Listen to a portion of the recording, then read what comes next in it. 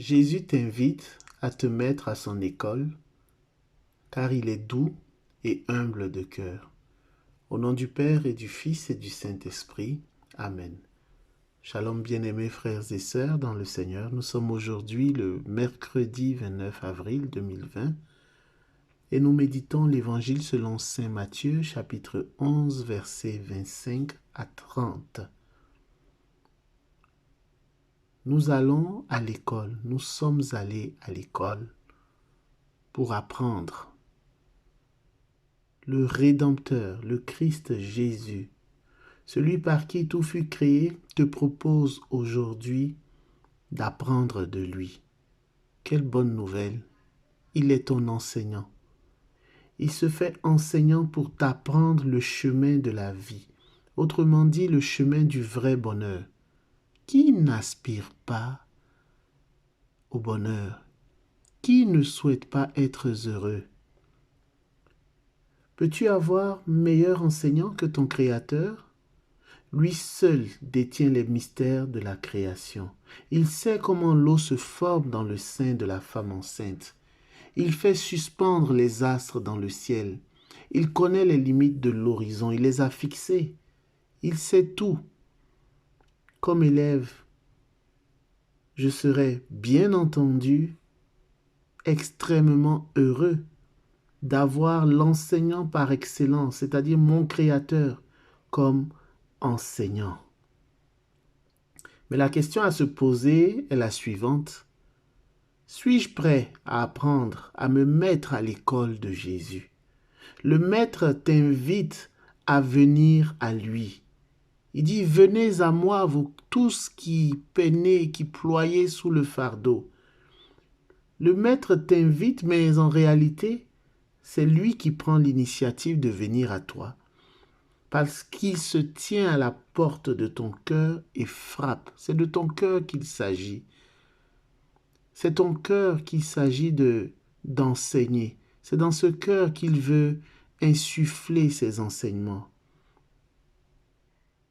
Si tu lui ouvres, si tu te laisses séduire par lui qui en réalité n'a jamais cessé de te séduire, de t'attirer à lui, alors il entrera et commencera ton apprentissage.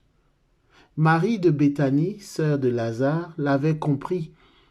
C'est pourquoi elle s'assoit aux pieds de Jésus et écoute sa parole, pendant que Marthe est affairée à d'autres choses. Pour être à l'école de Jésus, toi aussi, adopte l'attitude de Marie de Béthanie.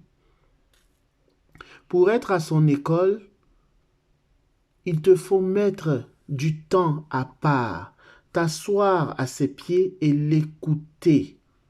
Assois-toi à ses pieds parce que le disciple, l'élève, n'est pas plus grand que son maître.